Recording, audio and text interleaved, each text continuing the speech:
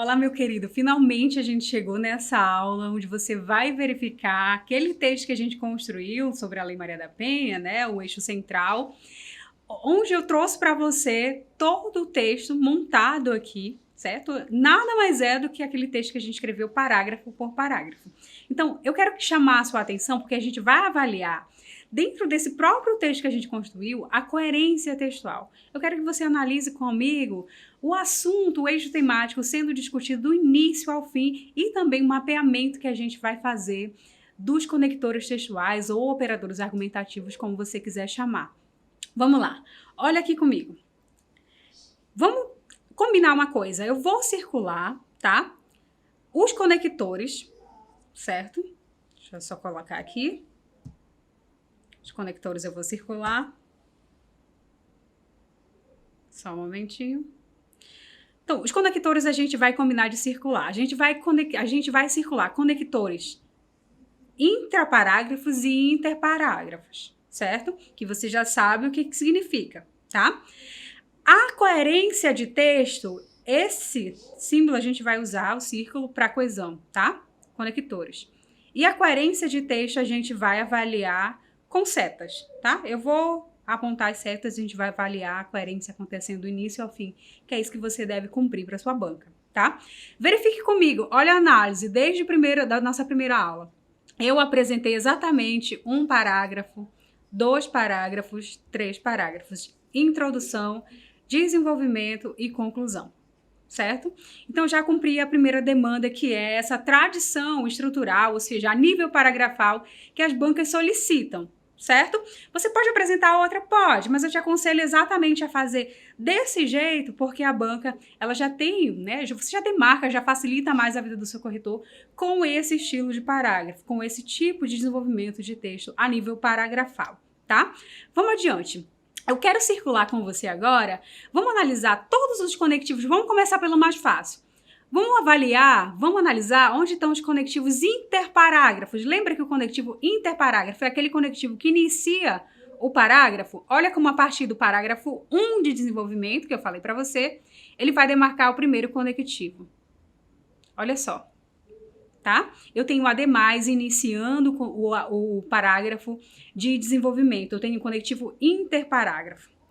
E o conectivo que inicia a conclusão, será que tem? Olha só como vai aparecer aqui. Então, a partir desse parágrafo é que se inicia a demanda, a necessidade de você apresentar conectivos, tá? No início da conclusão também. Então, esse candidato, tá? Se essa redação fosse apresentada lá na banca, né, na prova oficial, com certeza esse candidato, ele obedeceria às normas, né, na verdade, às solicitações de uso de conectivos interparágrafos, tá? Além disso, agora o que a gente vai avaliar juntos?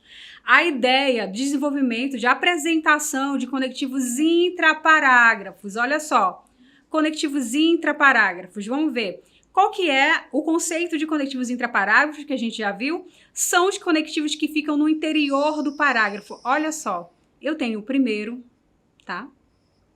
Tenho o primeiro conectivo intraparágrafo. Adiante, vamos lá para o parágrafo de desenvolvimento. Eu tenho um outro conectivo intraparágrafo no interior, depois de um ponto seguida. Lembra que eu falei para você? Que sempre depois de um ponto seguida, só lembrando, você deve apresentar conectivos intraparágrafos. E o conectivo de fechamento, conectivo intraparágrafo também de ideia conclusiva.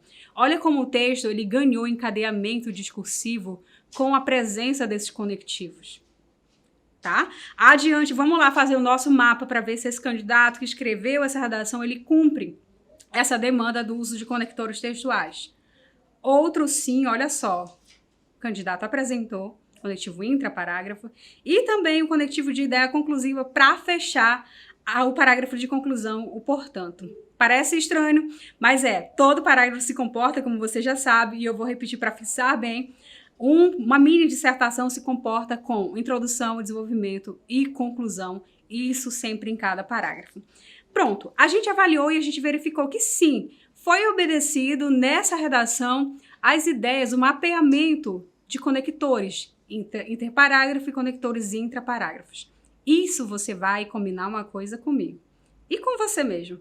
Você vai escrever, vai treinar a sua redação e você vai avaliar. Você mesmo vai fazer esse exercício, que é um exercício ativo, para que você circule e verifique se na sua redação você já está apresentando, depois dessas aulas teóricas, esses conectivos no seu texto, porque isso também vai valer ponto na sua redação. E não se esqueça, às vezes por causa de 1/10, 2/10, se você não aplicar um conectivo desse, você pode, né? Isso com certeza não vai acontecer com você, porque você vai treinar, ficar de fora das vagas, porque 1/10 eleva a sua nota lá para cima. Então, treine, se preciso, treine exaustivamente, porque vale a pena, o seu texto fica com outra cara, uma cara muito mais, né, cheia de credibilidade, ok? Adiante. Agora a gente vai fazer o seguinte, eu vou avaliar com você a coerência textual acontecendo a todo momento nesse texto. O que é a coerência? O que o corretor ele avalia? Os corretores, né? Sempre são 2 corretores, no mínimo, que corrigem a sua redação. Olha aqui para mim um pouquinho, tá? O que o corretor ele avalia? Os corretores, né? Vamos colocar assim, avaliam na sua redação nesse critério de coerência textual, certo? Lembre-se, você está sendo avaliado a partir de um desenvolvimento de um texto que foi dado um eixo temático.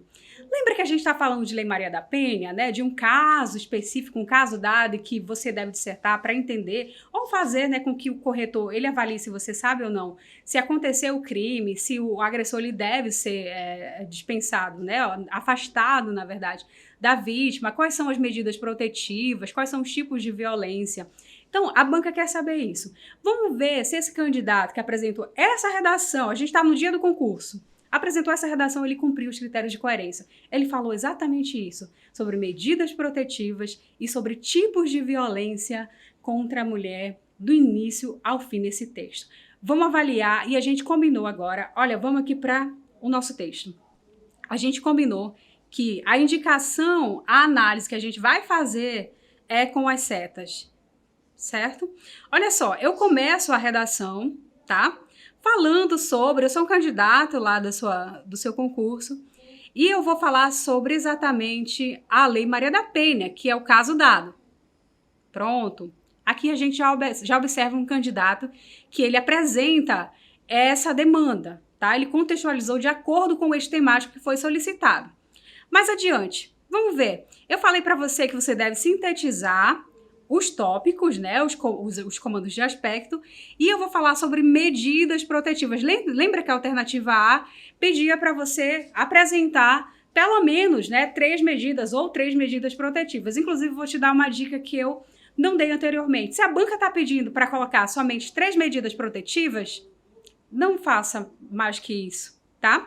Às vezes a gente tende a achar que quanto mais informações você coloca, quanto mais informações você aplica, talvez você vai demonstrar um domínio maior de conteúdo para o seu corretor. Só que se a banca está pedindo só aquilo, delimite. São só 3, são só 3, são só 2, são só 2. Não faça mais que isso, porque a banca ela tem já um padrão de resposta que inclusive já deve estar pronto, tá? E que você precisa cumprir.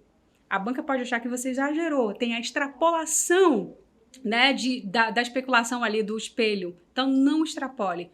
Se são só 3 medidas protetivas, são só 3. E assim, para todo outro e qualquer raciocínio. Se ele falou para você analisar um crime, não coloque situações hipotéticas, por exemplo, mas se houvesse acontecido não sei o quê. Não aplique. É só delimitado exatamente com o que a banca ela solicitou. E por que eu tô falando isso para você? Tô falando isso de forma estratégica, tá? Presta bem atenção, olha bem para mim, tá? Para de escrever. A banca ela precisa entender que você é um candidato que cumpre, que tem coerência de texto. Se você extrapola, se você vai para um outro discurso que não foi solicitado, ela vai entender que você está fugindo ao tema. Você já ouviu essa expressão? Fugir ao tema? A fuga ao tema, ela pode significar, né, isso, que Deus nos livre, que você vai zerar a redação, tá? Tem banca que é tão criteriosa, que tem um excesso de rigorismo, que ela penaliza com nota 0 os candidatos. Isso eu não estou falando para amedrontá-lo, estou falando para alertá-lo, tá? Que a banca ela penaliza candidato que extrapola. Ela entende, olha, a gente não está perguntando sobre isso. Esse candidato ele está especulando, né, uma nova situação que não foi a situação dada por nós, certo? Então vamos aqui adiante verificar como foi que esse candidato ele aplicou o discurso sobre medidas protetivas e o discurso também, né, demandado pelo comando sobre os tipos de violência nas quais a Lei Maria da Penha se aplica. Então, o que eu, como corretora, eu quero ver a partir da promessa que esse candidato ele me fez no início da introdução, tá?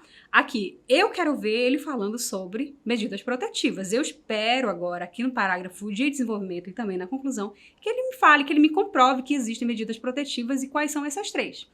Além disso, eu espero também, como corretora, que ele, eu tô demonstrando porque é a visão, a expectativa de leitura do corretor, porque você já prometeu para ele, que você também fale sobre os tipos de violência nas quais a Lei Maria da Penha se aplica, tá? Então não pode faltar. Se eu prometi para o corretor e eu tenho que prometer para dar sequência argumentativa, eu tenho que cumprir, tá? Então adiante, vamos lá. Eu quero ver primeiro esse candidato falando sobre medidas protetivas. A minha expectativa no parágrafo 1 agora de desenvolvimento é verificar esse discurso. Ademais, a gente já aprendeu os conectivos. Em relação às medidas protetivas, olha só. Ó o candidato começando a cumprir o que ele prometeu. Isso aqui é coerência de texto. Ele está sendo coerente. Ele prometeu, ele está cumprindo exatamente e na ordem que ele prometeu. Ele não prometeu primeiro a violência nas quais a lei se aplica. Ele prometeu primeiro o discurso, o desenvolvimento sobre medidas protetivas e ele já vem trazendo tópico frasal, como a gente já aprendeu, acerca dessa temática, tá?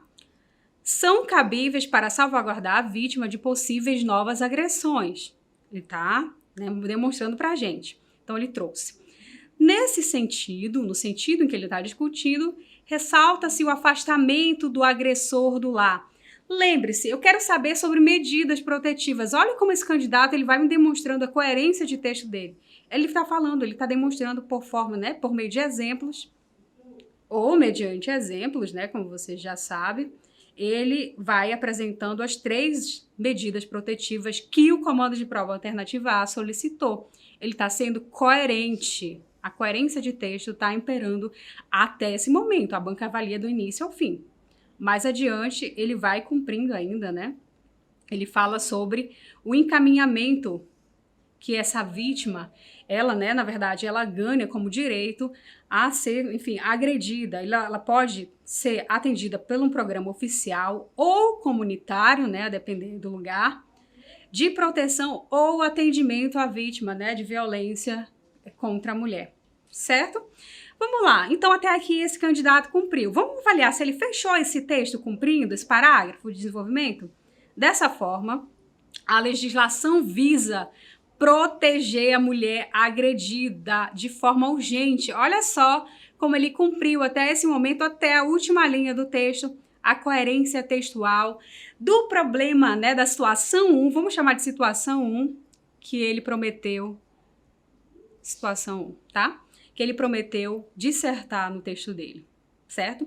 Verifiquem, olha só, se você ainda não percebeu, eu usei estrategicamente essa enumeração para que fique facilitado para mim, para que eu escreva exatamente em cada parágrafo o que eu prometi ali no final da introdução.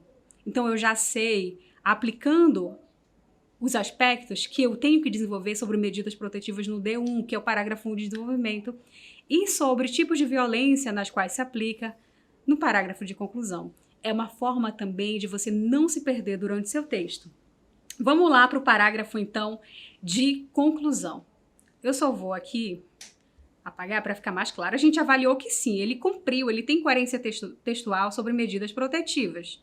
Vamos avaliar se ele falou, então, sobre o que ele prometeu e que também é comando de prova, sobre tipos de violência nas quais se aplica, tá? A Lei Maria da Penha.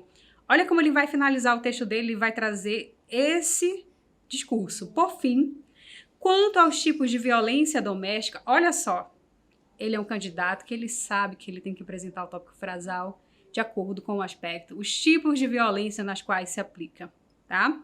Então, ele já traz para cá dizendo, olha só como eu estou cumprindo aí, senhor corretor, o que você quer. Eu estou dando exatamente o que você quer, essa sua expectativa de leitura está sendo cumprida, tá? Então, a violência doméstica já está aqui. Vamos ver se ele continua dissertando sobre isso. Que a referida lei incide, que é a Maria da Penha, cabe destacar que se refere à lesão a diversos bens jurídicos tutelados, tá? Então, até aqui a gente tem o tópico frasal exatamente sobre os tipos de violência que ele traz. Vamos lá avaliar se ele é um candidato que ele sabe que ele tem que exemplificar, ele tem que fugir do senso comum. Eu tô vendo aqui a todo momento ele cumpriu o tópico 2, a situação 2, tá? Ou segunda situação, tá? Outro sim, não se trata apenas de violência física. Inclui-se, olha só, patrimonial, violência patrimonial, psicológica e sexual. O que ele está querendo saber? Tipos de violência, e ele está citando a física,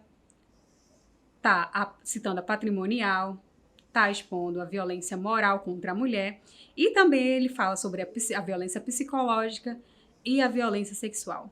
Olha só, olha aqui para mim. É exatamente assim que o corretor ele analisa a sua redação, tá? Esse é exatamente o olhar do corretor para avaliar a coerência textual. Lógico que ele não vai fazer essas setinhas, tá? Mas eu tô falando isso para facilitar, para tornar a sua compreensão, né, essa nossa relação de ensino e aprendizagem de uma forma mais dinâmica, e você aprenda com esse método, que é um método muito mais fácil de você entender o que é coerência textual sendo levado do início ao fim do texto, e exatamente como o corretor olha para sua redação, bate o olho na sua redação e já sabe se você cumpriu ou não cumpriu. Uma outra informação a título de curiosidade que eu passo para você é o seguinte: cada corretor ele tem no mínimo 5 minutos, no mínimo, tá? No máximo são 10, às vezes se a letra do aluno não for tão legível, ele leva um pouquinho mais, mas no máximo 10, 15 minutos. Mas no mínimo 5 minutos, e o ideal é que sejam feitos 5 minutos essas correções. Então é pouco tempo. Ajude o corretor, tá? Aplique, seja objetivo, seja claro. Não extrapole o comando de prova. Tá? Então, vamos aqui adiante, só finalizar para verificar que se esse aluno ele cumpre do início ao fim a relação discursiva sobre os tipos de violência nas quais se aplica. Vamos lá. Eu vou então agora para o fechamento. A gente já aprendeu que a última parte de um último período, no caso, de um parágrafo, ele se chama fechamento. Portanto, no caso em comento, que é o caso em análise, por se tratar de lesão corporal, lembra que a mulher foi agredida, a gente já construiu esse parágrafo de conclusão, a gente já discutiu sobre isso, certo? Só relembrando. Cabe medidas protetivas de urgência para a mulher e coibição do agressor, tá? Então ele cumpre, ele é coerente do início ao fim. Ele prometeu que ele ia falar sobre medidas protetivas, ele cumpriu no parágrafo 1 de desenvolvimento, e os tipos de violência contra a mulher no parágrafo, né, no segundo parágrafo de conclusão, porque a gente só tem 3 parágrafos aqui, e ele cumpriu, ele do início ao fim foi coerente. Tudo bem? Então veja, o corretor, como eu já verifiquei, já mostrei para você, ele avalia o seu texto dessa forma e é isso que você deve demonstrar para ele. Apresente conectores textuais. Uma redação acima da média, ela apresenta conectores textuais. Infelizmente, a maioria não vai apresentar e você já sai na frente com essa informação e com esse mapeamento. Mapeie. Terminando sua redação, verifique se você aplicou os conectivos interparágrafos e o conectivo intraparágrafo. Verifique se você foi coerente. Se precisar, vá mapeando ali com as setas, não sei, aí você decide como vai fazer, talvez de lápis, tá? É uma dica para você fazer ali o mapeamento se você foi coerente do início ao fim, obedecendo, cumprindo os aspectos do comando de prova, que é o que você deve discorrer e analisar, né, no caso de análise de conteúdo, no seu texto do início ao fim em cada parágrafo. Então, vamos para a próxima, porque na próxima aula eu vou te apresentar uma das maiores curiosidades sobre critérios de apresentação, tá? Muita gente não leva a sério os critérios de apresentação, mas a gente já viu concurso, por exemplo, onde os critérios de apresentação sozinhos, se cumpridos, já garantiam 5 pontos para esse candidato, tá? Então, a gente vai verificar por que eles são importantes, tá? Além de facilitar a vida do corretor. Eu te convido para a próxima aula para que você entenda e a gente finalize para que você entenda exatamente o que o corretor lhe avalia primeiro e como que os aspectos de apresentação cumpridos de forma eficaz, de forma satisfatória, podem sim influenciar na sua nota final. Vamos lá, até a próxima!